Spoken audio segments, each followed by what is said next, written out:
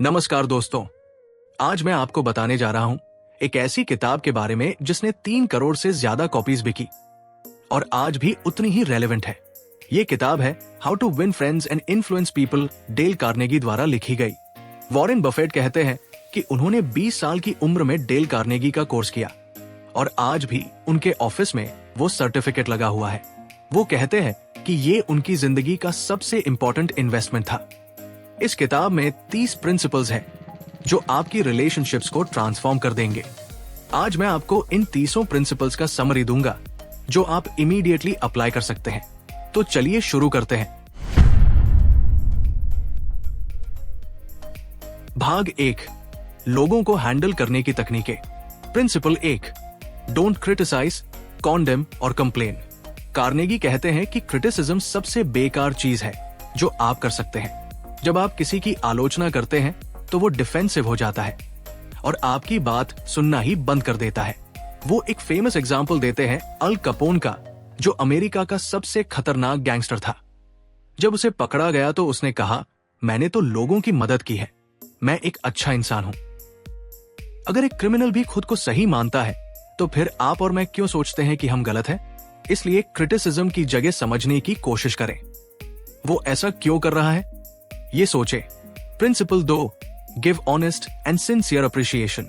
हर इंसान रिकॉग्निशन चाहता है, हर कोई फील करना चाहता है कि वो इंपॉर्टेंट है, लेकिन ज्यादातर लोग दूसरों की तारीफ नहीं करते।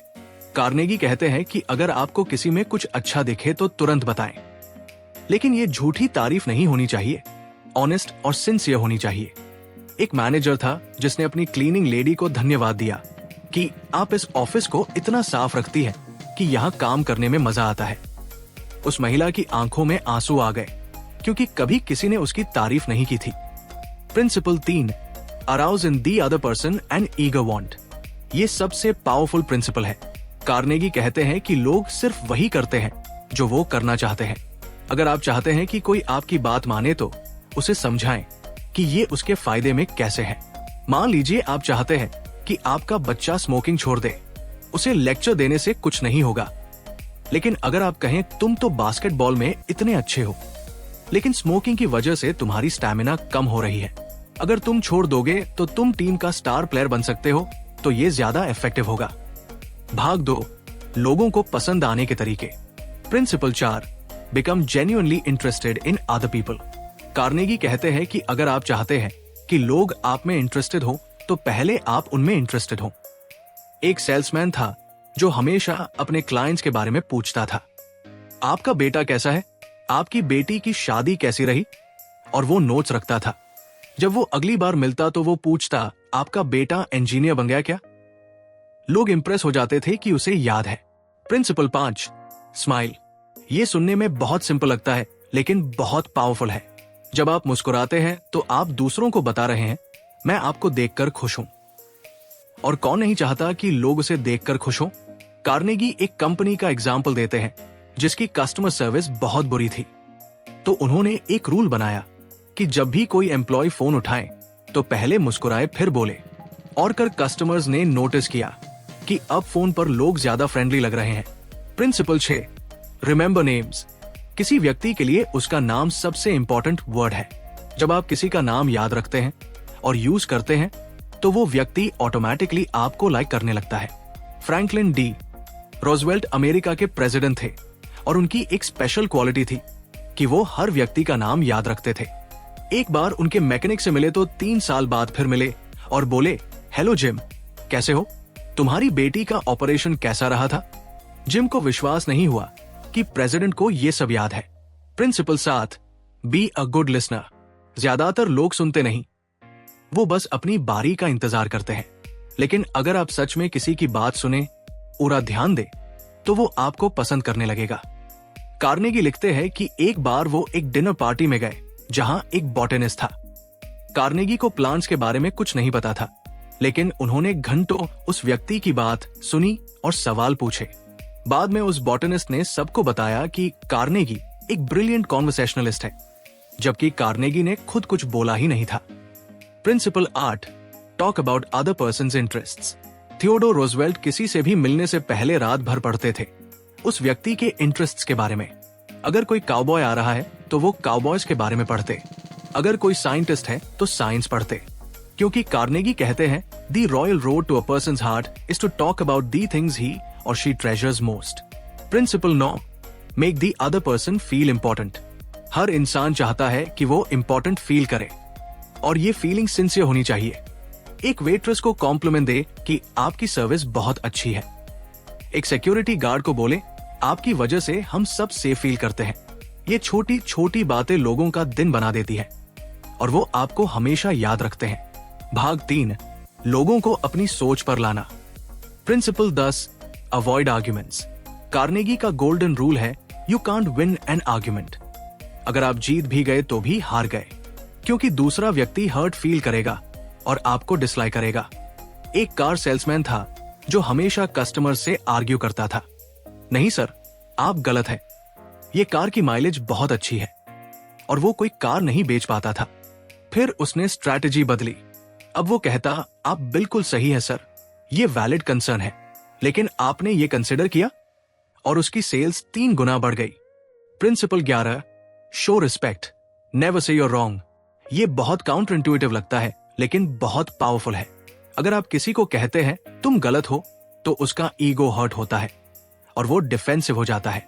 इसकी जगह कहें मैं आपकी बात समझ सकता हूं, अगर मैं आपकी जगह होता तो मैं भी शायद ऐसा ही सोचता। लेकिन क्या ये भी हो सकता है कि principle 12, if you are wrong admit it quickly. दूसरी तरफ अगर आप गलत हैं तो तुरंत मान ले। इससे दूसरा व्यक्ति सरप्राइज हो जाता है और एक्चुअली आपको ज्यादा रिस्पेक्ट करता है। कार्नेगी का एक एग्जाम्पल है जब वो अपने डॉग को पार्क में बिना लीश के घुमा रहे थे, जो इलीगल था। एक पुलिस ऑफिसर आया तो कार्नेगी ने तुरंत कहा ऑफिसर आप बिल्कुल सही है, मैं गलत हूं, मुझे माफ कर दीजिए, मुझे कोई बहाना नहीं है। पुलिस ऑफिसर इतना शॉक हुआ कि उसने कहा कोई बात नहीं, छोड़िए इस बार, क्योंकि लोग हमेशा आर्ग्यू करते हैं लेकिन कोई तुरंत गलती नहीं मानता। Principle 13, begin in a friendly way. Lincoln कहते थे a drop of honey catches more flies than a gallon of gall. मतलब अगर आप फ्रेंडली अप्रोच रखेंगे तो लोग आपकी बात सुनेंगे। मान लीजिए आपका रेंट देर से आ रहा है, अगर आप लैंडलॉर्ड को एंग्री कॉल करेंगे तो वो भी एंग्री होगा। लेकिन अगर आप पोलाइटली कहेंगे सर मुझे पता है आप भी बिजी है, लेकिन क्या आप मुझे रिमाइंड कर सकते हैं कि रेंट पेमेंट की प्रोसेस क्या है, तो वो कोऑपरेट करेगा। Principle 14, get the other person saying yes. ये सोक्रेटिक मेथड है। जब आप किसी को कुछ कॉन्विंस करना चाहते हैं तो ऐसे क्वेश्चंस पूछें जिनका आंसर यस में हो। उदाहरण के लिए अगर आप कोई प्रोडक्ट बेच रहे हैं तो पूछें क्या आप क्वालिटी चाहते हैं, यस। क्या आप अफोर्डेबल प्राइस चाहते हैं, यस। क्या आप गुड आफ्टर सेल्स सर्विस चाहते हैं, यस। अब जब आप कहेंगे तो फिर ये प्रोडक्ट परफेक्ट है आपके लिए, तो वो ऑलरेडी यस कहने के मूड में है। Principle 15, let the other person do talking. ज्यादातर लोग बहुत ज्यादा बोलते हैं, लेकिन कार्नेगी कहते हैं कि अगर आप चाहते हैं कि कोई कन्विंस हो तो उसे ज्यादा बोलने दे। पूछें आप क्या सोचते हैं, आपका एक्सपीरियंस क्या रहा है। जब लोग खुद बोलते हैं तो वो अपने आप को कन्विंस कर लेते हैं। Principle 16, let them think it's their idea. ये सबसे क्लेवर टेक्निक है। लोग अपने आइडियाज को दूसरों के आइडियाज से ज्यादा पसंद करते हैं। तो अगर आप चाहते हैं कि कोई कुछ करे तो उसे ऐसे सजेस्ट करें कि उसे लगे ये उसका ओन आइडिया है। एक प्रेसिडेंट थे जो चाहते थे कि उनकी टीम एक पर्टिकुलर डिसीजन ले, लेकिन वो डायरेक्टली नहीं बोले। उन्होंने मीटिंग में सिर्फ कुछ हिंट्स दिए और टीम मेंबर्स ने डिस्कस किया और फाइनली वही डिसीजन लिया जो प्रेसिडेंट चाहते थे, और सबको लगा कि ये उनका ओन आइडिया था। Principle 17, see things from others point of view. Carnegie कहते हैं कि हर कॉन्फ्लिक्ट का सलूशन है दूसरे की नजर से चीजें देखना। अगर मैं उसकी जगह होता तो मैं क्या करता। एक लैंडलॉर्ड था जो टेनेंट से परेशान था क्योंकि वो दीवारों पर पिक्चर्स लगाने के लिए नाखून ठोकते थे। उसने नोटिस लगाए, फाइन लगाई, लेकिन कुछ नहीं हुआ। फिर उसने सोचा अगर मैं टेनेंट होता तो मैं क्यों दीवार पर पिक्चर लगाना चाहूंगा ताकि घर अपना सा लगे। तो उसने एक सॉल्यूशन निकाला। वो खुद प्रॉपर हुक्स लगवा देता था जिससे वॉल डैमेज नहीं होती। Problem solved. Principle 18, be sympathetic. जब कोई अपसेट है तो सबसे पहले सिंपैथी दिखाएं। मैं समझ सकता हूं कि आप कैसा फील कर रहे हैं। ये एक मैजिक फ्रेज है। एक कस्टमर सर्विस रिप्रेजेंटेटिव था जिसके पास एक बहुत एंग्री कस्टमर कॉल किया। उसने सिर्फ सुना और बार बार कहा, मैं समझ सकता हूं कि आप कितने अपसेट हैं।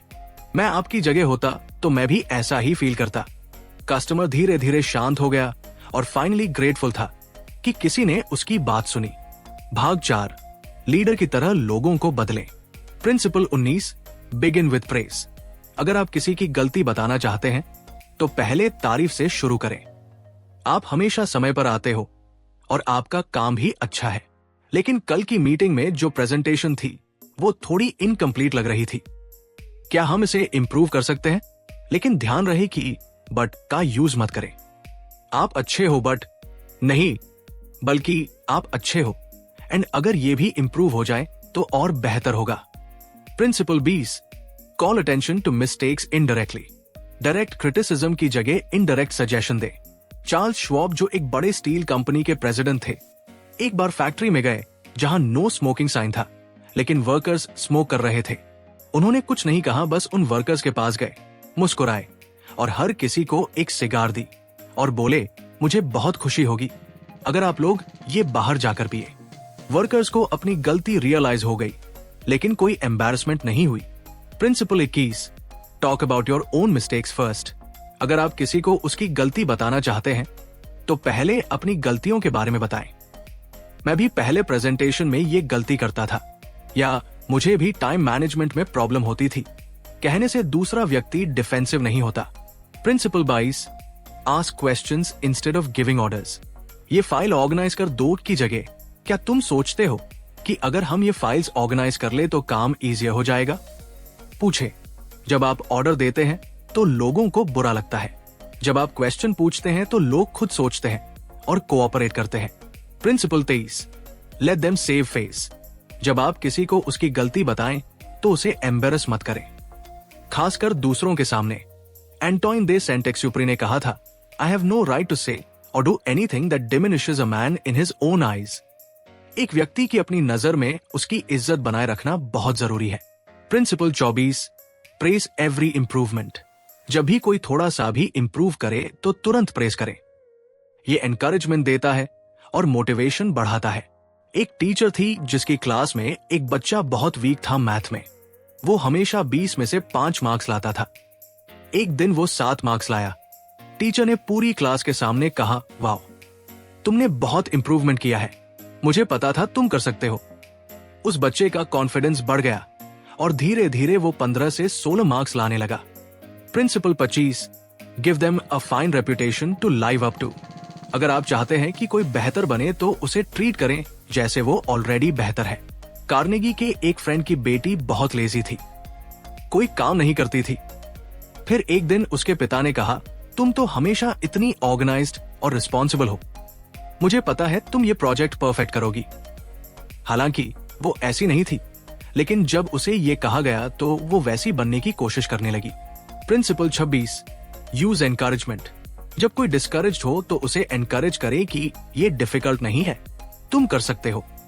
एक मैनेजर था जिसे एक एम्प्लॉय को डिफिकल्ट प्रोजेक्ट देना था। उसने कहा, ये प्रोजेक्ट चैलेंजिंग है, लेकिन मुझे पता है तुम परफेक्ट कैंडिडेट हो इसके लिए, तुम्हारे स्किल्स एग्जैक्टली मैच करते हैं। और एम्प्लॉय ने अमेजिंग जॉब किया। Principle 27, make them happy to do what you want. जब आप किसी से कुछ करवाना चाहते हैं तो उसे ऐसे प्रेजेंट करें कि वो खुशी से करे। एक फादर अपनी बेटी को पियानो प्रैक्टिस करवाना चाहता था। हर दिन लड़ाई होती थी। फिर उसने स्ट्रैटेजी बदली। उसने कहा, तुम्हारे दोस्त की बर्थडे पार्टी आ रही है, अगर तुम वहां पियानो बजाओगी तो सब इम्प्रेस्ड हो जाएंगे, लेकिन उसके लिए प्रैक्टिस चाहिए। बेटी खुद प्रैक्टिस करने लगी क्योंकि अब उसकी ओन मोटिवेशन थी। तो दोस्तों, ये थे डेल कार्नेगी के 27 प्रिंसिपल्स जो आपकी रिलेशनशिप्स को कंप्लीटली ट्रांसफॉर्म कर सकते हैं। याद रखें, लोगों की आलोचना मत करें, उनकी ऑनेस्ट तारीफ करें, उनमें जेन्युइनली इंटरेस्टेड हो, मुस्कुराएं, उनके नाम याद रखें, अच्छे लिसनर बने, आर्ग्यूमेंट्स अवॉइड करें, गलती माने, फ्रेंडली रहें, दूसरों का पॉइंट ऑफ व्यू देखें, सिंपैथेटिक बने, और जब आप लीडर बने तो लोगों को एनकरेज करें, उन्हें सेव फेस करने दें, इंप्रूवमेंट की प्रेस करें। ये प्रिंसिपल्स सिंपल लगते हैं, लेकिन इन्हें इंप्लीमेंट करना थोड़ा डिफिकल्ट है। क्योंकि हमारी पुरानी हैबिट्स है। लेकिन अगर आप हर दिन एक प्रिंसिपल प्रैक्टिस करें तो 3 महीने में आप एक कंप्लीटली डिफरेंट पर्सन बन जाएंगे। वॉरेन बफेट सही कहते हैं कि ये उनकी लाइफ का बेस्ट इन्वेस्टमेंट था और ये आपकी लाइफ का भी बेस्ट इन्वेस्टमेंट हो सकता है। तो आज से ही शुरू करें। धन्यवाद।